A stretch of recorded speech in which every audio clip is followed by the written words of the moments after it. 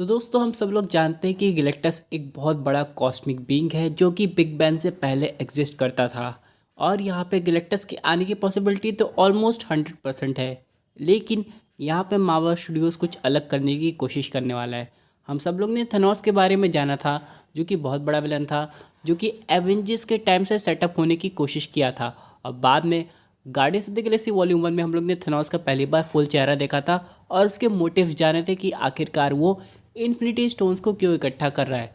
लेकिन दोस्तों यहाँ पे बहुत सी ऑडियंस ऐसी थी जो कि थेनोस की स्टोरी शुरू से देखना चाह रही थी, लेकिन ऐसा नहीं हो पाया।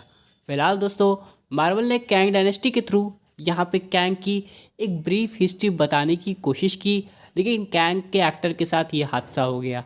और फिलहाल मार्वल भले कैंग को रिकास्ट कर रहा है, लेकिन जिस तरह कैंग की कहानी बताई जाने वाली है वैसा कुछ मार्वल अब करने नहीं वाला है, या फिर करेगा भी तो एक लिमिटेड टाइम के लिए, यानी कि उतना डिटेल में नहीं जाएगा। लेकिन फिलहाल ऑडियंस भी विलन्स की ओरिजिन की कहानी को काफ़ी डिटेल में समझना चाहती हैं, जो कि काफ़ी ज़्यादा कॉम्प्लेक्स होती है।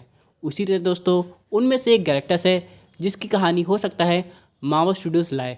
अब ये डिपेंड करता है क्या ये कहानी स्पेशल प्रेजेंटेशन के रूप में आएगी, या फिर मूवी के रूप में, या फिर टीवी सीरीज़ के रूप में, जिसमें ऑडियंस को ये समझाया जाए कि गैलेक्टस कैसे पैदा हुआ, उसको पावर्स कैसे मिली। क्योंकि अगर हम लोग बात करें गैलेक्टस की ओरिजिन की, तो गैलेक्टस भी एक ह्यूमनॉइड बीइंग था जो कि अपनी सिविलाइजेशन के साथ रहता था बिग बैंग से पहले। अब यहाँ पे लोगों को हैरानी होगी कि बिग बैंग से ही यूनिवर्स का फॉर्मेशन हुआ।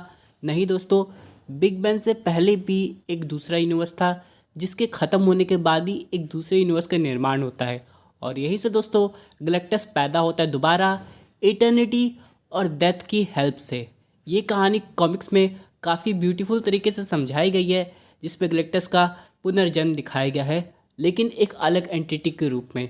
और बहुत से सुपर हीरोज़ अपने आप को खुशकिस्मत मानते हैं कि गैलेक्टस प्लैनेट कंज्यूम करने के बाद एक लंबी नींद में चला जाता है, क्योंकि अगर गैलेक्टस जागते हुए हर मिनट में प्लैनेट खाने लगे तो यूनिवर्स बचेगा ही नहीं।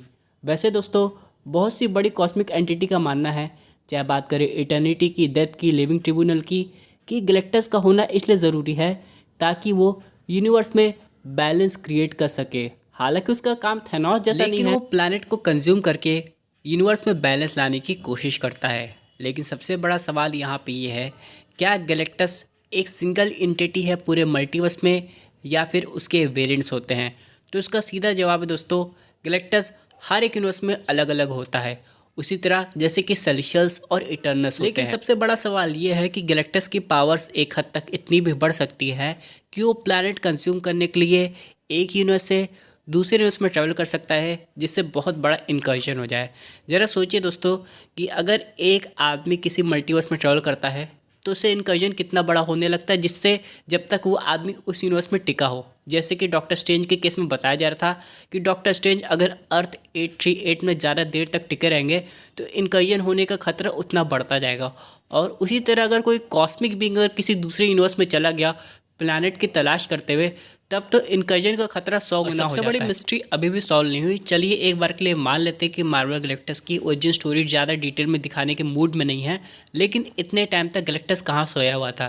क्योंकि यहाँ पे कुछ सालों पहले जब एवेंजर्स इन्फिनिटी वॉर आई थी, उसके बाद एंड गेम आई, तो कहा जा रहा था कि थेनोस का स्नैप इतने पावरफुल हैं कि पूरे कॉस्मॉस में वो फैल चुके हैं, जिससे उस एनर्जी ने गैलेक्टस की नींद को खोल दिया है और गैलेक्टस आ रहा है। वैसे तो दोस्तों देखा जाए गैलेक्टस खाना खाने के बाद काफ़ी लंबे समय तक सोता है, यानी कि सेंचुरीज तक। लेकिन एक बार जब उसकी नींद खुल जाती है तो वो काफ़ी प्लैनेट्स को कंज्यूम करता है, और उसका टारगेट प्लैनेट अर्थ इसलिए हो सकता है क्योंकि अर्थ के अंदर अभी भी सेलेशियल का एक पार्ट है जो कि हाई एनर्जी से भरा हुआ है। चीज़ हो सकता है गैलेक्टस का जो ध्यान है वो अपनी ओर खींचे, जिसकी वजह से गैलेक्टस उसे खाने के लिए आगे बढ़े और यहाँ पे असली फिल्म शुरू हो जाए। हालांकि हम लोग बात करें सेलेशियल्स की, तो भले उन्होंने इटर्नल्स को पनिशमेंट देने की कोशिश की होगी, लेकिन हाँ वो सेलेशियल को जो कि अभी अर्थ के अंदर दबा हुआ है उसे बाहर तो नहीं निकाल पाएंगे। और अभी ह्यूमंस की बात करें तो पता नहीं उस सेलेशियल्स के साथ क्या करने वाले हैं, लेकिन कहा तो ये जा रहा है थ्योरी के हिसाब से वो जो जितनी भी सेलेशियल की बॉडी जो अर्थ के अंदर दबाई गई है वो जो मेटल है वो एडमेंटियम है। इस तरह मार्वल सिनेमैटिक यूनिवर्स में एडमेंटियम हम लोग को देखने को मिलेगा। हालांकि बाकी यूनिवर्स की बात करें तो हो सकता है एडमेंटम किसी एस्ट्रॉयड के रूप में आया हो, जैसे कि वकांडा में वाइब्रेनियम गिरा था। लेकिन एमसीयू में कहानी किसी अलग तरीके से दिखाई जा सकती है। वैसे यहाँ पे गैलेक्टस की कहानी बताने के लिए बहुत सारे ऐसे कैरेक्टर्स हैं जो कि गैलेक्टस के साथ भी हो सकते हैं, लेकिन हम लोग बात करें गैलेक्टस की तो उससे हम लोग को बाकी कॉस्मिक एंटिटीज़ के बारे में और डिटेल में समझने में हेल्प मिलेगी। जैसे कि अगर हम लोग बात करें थॉर लव एंड थंडर की, तो एंड में हम लोग को काफ़ी बड़ी बड़ी एंटिटी की मूर्तियाँ दिखाई गई थी और एंड में इटर्निटी की भी झलक हम लोग को देखने को मिली थी। और ये सब लोग गैलेक्टस को काफ़ी अच्छी तरीके से जानते हैं। गैलेक्टस कॉमिक्स में तो उन लोग से कई बार कम्युनिकेट भी कर चुका है। एक परफेक्ट अपॉर्चुनिटी हो सकती है बड़े कॉस्मिक बींग्स को फैंस को दिखा